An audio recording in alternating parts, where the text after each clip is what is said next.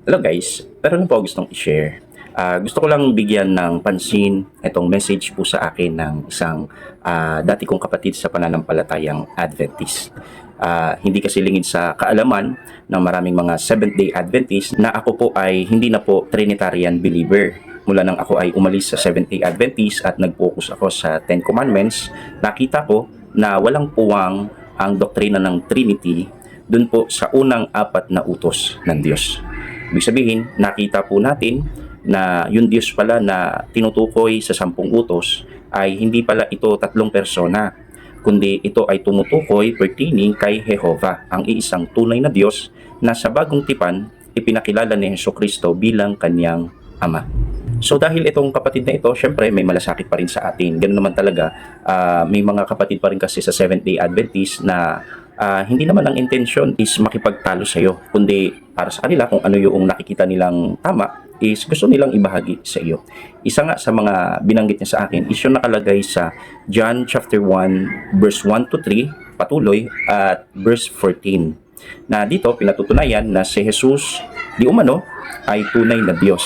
So ako bilang isang dating Seventh-day Adventist na naniniwala sa pagka-Diyos ni Kristo, masasabi ko na kabisado ko ang talata na ito at kung paano ginagamit bilang argument sa pagka-Diyos ng Panginoong Kristo. Subalit gaya ng aking binanggit, noong aking nakita na walang puwang yung doktrina ng Trinity sa first 4 commandments ng 10 commandments, ay masasabi ko na may mga maling interpretation kasi na nakikita doon sa 1 Kapitulo 1 talatang 1 hanggang 3 patuloy at sa talatang 14. Kaya napapaniwala ang isang Christ believer sa pagka-Diyos ni Kristo na yung 1:1 ay patunay na si Kristo ay Diyos. Gaya ng inyong nalalaman, maliwanag kasi na binabanggit doon, in the beginning was the Word, and the Word was with God, and the Word was God. Gusto kong i-focus po sa part po na ito. Sa John 1:1c ay binabanggit kasi doon, and the Word was God. So wala na patumpik-tumpik. Hindi mo na kailangan magpaligoy-ligoy para hindi ka daw maguluhan.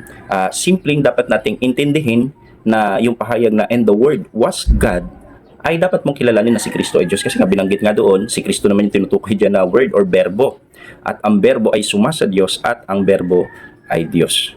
So madaling maintindihan kung bakit ginagamit ito ng mga naniniwala na si Kristo ay Diyos. Sapagkat binabanggit kasi dito yung berbo na tumutukoy kay Kristo at binanggit na yung berbo ay Diyos. Sa talatang 14, nagkatawang tao at tumahan sa gitna natin. So by conclusion, si Kristo ay Diyos na nagkatawang tao. Gaya na binanggit, yan din yung aking paniniwala before. Pero alam niyo po mga minamahal, kung talagang magiging tapat ka sa pag-aaral ng Bible, kasi ako, kaya ako tumalikod sa doktrina ng Trinity, wala na kasi tayong pinagbabatahang wala tayong sinasandalang interpretation ng iba't ibang sekta. Hindi kagaya nung ako ay kaanib pa sa Seventh-day Adventist. Syempre, kahit meron kang liwanag na makita doon, pero mapansin mo na yung liwanag na nakikita mo, isalungat doon sa posisyon ng Adventist, hindi mo yung kailangan ipagpilitan. So, ang mangyayari nun, susundan mo pa rin, ano ba interpretation ng Seventh-day Adventist? John 1:1. Kaya naman, itong nag-comment na ito, actually mabait na tao po ito. Hindi po ito nag-message sa akin para makipagtalo o makipagdebate. Talaga ang concern po talaga nito is ituwid tayo sa nalalaman niyang tama. At ako bilang isang Seventh-day Adventist, pareho kami ng pananaw dati sa John 1:1. Pero ito brother, bibigyan kita ng idea kung bakit hindi mo dapat gamitin o ng kahit sino man na naniniwala sa pagka-Diyos ni Kristo ang talatang ito para sabihin si Kristo ay tunay na Diyos. Unang argumento po dyan, based po sa talata, si Kristo ay mayroong kasamang Diyos. Kasi ang dinidiin lang kasi ng mga naniniwala sa pagka-Diyos ni Kristo sa talatang yan is yung yung John 1:1c, yung huling bahagi na at ang berbo ay Diyos. Pero kung papansinin po ninyo sa kabuuang statement ng pasimula, siya ang berbo, yung siya tinutukoy si Kristo. At ang berbo ay suma sa Diyos. Yan, suma sa Diyos. Diyan pa lang sa pangalawang clause or sugnay, makikita nyo na hindi si Kristo ang Diyos talaga diyan, kundi yung sinasamahan ng berbo. Na ang sabi nga sa talata, at ang berbo ay suma sa Diyos. Maliwanag din na binabanggit niya yan sa John chapter 17 verse 5 na kung saan ang kasama niya diyan ay ang Diyos Ama na nagbigay ng kaluwalhatian kay Kristo bago pa ang sanlibutan. In that sense, makikita mo na sa John 1:1b yung banggit na at ang berbo ay suma sa Diyos ay matibay na katunayan na hindi si Kristo ang Diyos, kundi yung kanyang sinasamahan. Kapag hindi mo kasi i-consider yung buong verses, doon ka lang po-focus sa John 1:1c sa huling bahagi, maniligaw ka talaga. Kaya unang patunay na hindi si Kristo ang Diyos diyan sapagkat yung sinasamahan ni Kristo, yun kasi yung tunay na Diyos. At ang berbo ay suma sa Diyos. Kaya kung yung berbo na suma sa Diyos ay gagawin mong Diyos, tapos siya ay suma sa Diyos, logically speaking, magiging dalawa ang Diyos mo. Isang Diyos na berbong suma sa Diyos at isang Diyos na sinasamahan ng berbo na kinikilala mong Diyos. Hindi naman sinabi diyan na ang berbo ay suma sa isang persona. Hindi ganoon eh. Ang tinutukoy talaga dito is Diyos. Si Kristo daw ay suma sa Diyos. Kaya yun po yung tunay na Diyos sa John 1:1. Hindi po yung berbo. Ikalawa, hindi ko mo binanggit sa Bible na ikaw ay Diyos, ay magiging Diyos ka na sa sentidong tunay na Diyos na kagaya sa Ama. Pansinin mo Brad, ito fair to na pag-aaral. Yung John 1:1c, and the Word was God, ang salitang God dyan sa Greek is Theos. Theos, and the Word was God. Yun daw salita ay Theos. Theos means God. So, ang interpretation nila dyan is Diyos si Kristo kasi nga sabi dyan, no? And the Word was God. Pero, gaya na aking binanggit, hindi ko mo binabanggit sa isang karakter dyan sa Bible, yung salitang Theos, tinawag siya na Theos o tinawag siya na Diyos, gagawin mo siya tunay na Diyos. Si Kristo mismo nagsabi, mga Diyos kayo. Kung tinatawag niyang mga Diyos yung dinatnan ng salita at hindi maaaring itanggi ang kasulatan.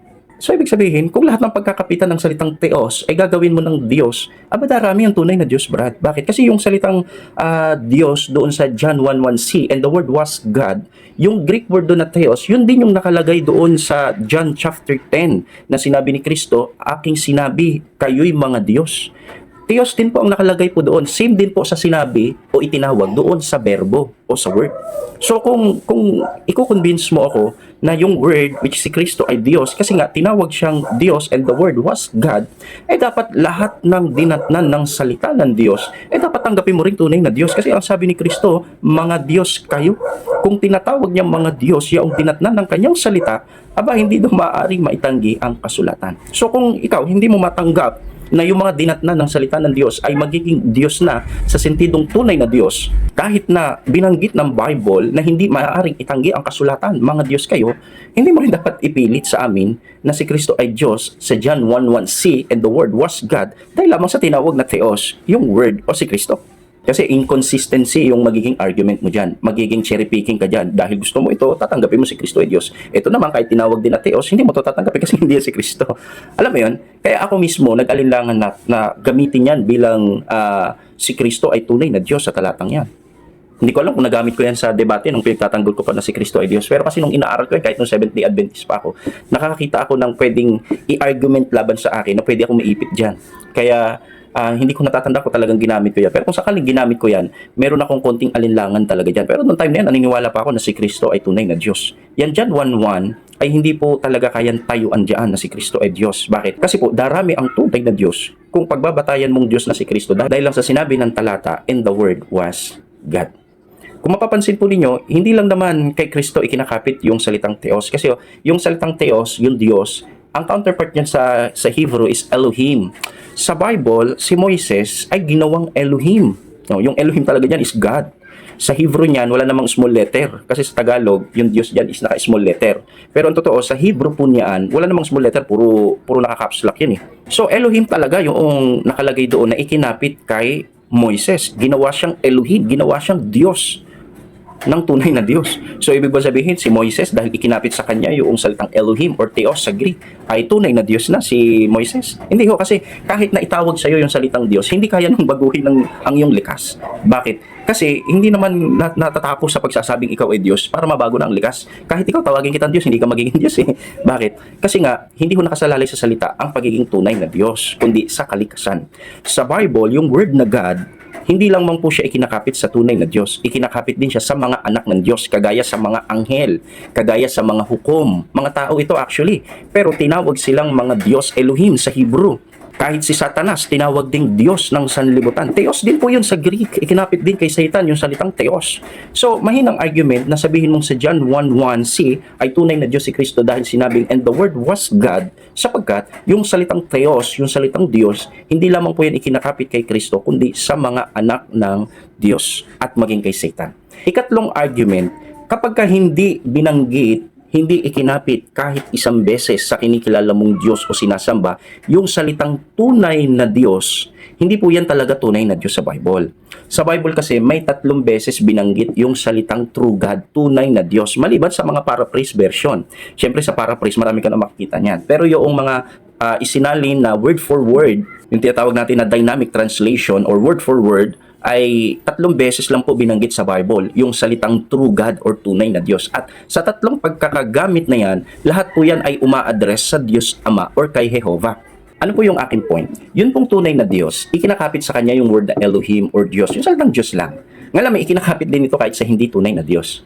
Pero yung salitang tunay na Diyos, hindi po ito ikinakapit maliban kay Jehovah. Ito yung dapat mong mapansin. Sa John 1:1, na tumutukoy kay Kristo, hindi po ginamit sa kanya yung salitang true God, tunay na Diyos. Samantalang sa Bible, nung si Kristo, ipinakilala niya ang tunay na Diyos, kasi mababasa natin sa unang Juan 5:20, na si Kristo ay naparito para bigyan tayo ng karunungan upang ating makilala siya na totoo at tayo nasa kanya na totoo sa makatwid ay sa kanyang anak. Ito ang tunay na Diyos at ang buhay na walang hanggan. Ibig sabihin, ang misyon ni Kristo, bigyan ka ng karunungan, tamang kaalaman, para matanggap mo yung buhay na walang hanggan at yung tamang pagkakilala kung sino ang tunay na Diyos. At ang kaganapan niyan is mababasa sa 17:3 ng John, na ang sabi ni Kristo, Ama, dumating na ang oras, luwalhatiin mo ang iyong anak upang ikaw ay luwalhatiin ng anak. At ito ang buhay na walang hanggan, na ikaw ay makilala nila na iisang Diyos na tunay at siyang iyong sinugo sa makatwid bagay, si Jesucristo. Kung mapapansin po ninyo, mismong ang Panginoong Jesucristo, hindi niya ikinapit sa kanyang sarili yung salitang tunay na Diyos. Ito ay inirefer niya doon sa God the Father, sa kanyang Ama. Kung siya ang tunay na Diyos, ito dapat sinabi niya na siya ay tunay na Diyos. Dapat sinabi niyang ikaw, kasama ako, o 3 na tayo ng Holy Spirit, makilala na iisang tunay na Diyos. Hindi ganun eh. Ang sabi niya, ikaw ay makilala nila na iisang Diyos na tunay at siyang iyong sinugo. Si Kristo ay sinugo ng iisang tunay na Diyos. Sa makatwid, hindi pwedeng pagbatayan yung John 1:1 para sabihin si Kristo ay tunay na Diyos sapagkat hindi ikinakapit kay Kristo yung salitang tunay na Diyos. Yung salitang tunay na Diyos sa bawat paglitaw nito, lagi po itong tumutukoy sa Diyos Ama o kay Jehovah. Hindi ako galit, brother. Ako nagpapaliwanag lang naman. Para maintindihan mo bakit si Raymond Cada na dating Seventh-day Adventist, isang Trinitarian, ay ngayon hindi na naniniwala sa pagka-Diyos ng Panginoong Jesucristo. Ang dahilan po niyan, sapagkat hindi na kasi ako bumatay sa interpretation ng iba't ibang sekta, kundi nag-focus na ako sa kautusan ng Diyos. At sa 10 Commandments, yung unang 4 na utos, hindi ko makita talaga doon yung posisyon ng Trinity. Ang makikita mo talaga doon is yung Unitarianism o paniniwala sa ganap na kaisahan ng Diyos. So sana maging aral din po ito, laliman natin yung ating pag-aaral kasi kung kahit naman ipakita ko sa iyo yung bagay na ito, kung close-minded naman tayo, hindi talaga mabubuksan yung ating isip. Bakit hindi mo gawin? Bakit hindi ka manalangin at alamin talaga, hingin sa Panginoon ang katotohanan? May kinalaman sa kadyusan. Bakit? Kasi kung ibinigay nga sa akin ang katotohanan ito, hindi rin ito ipagkakait sa iyo at sa marami pang mga Adventist ng tunay na Diyos.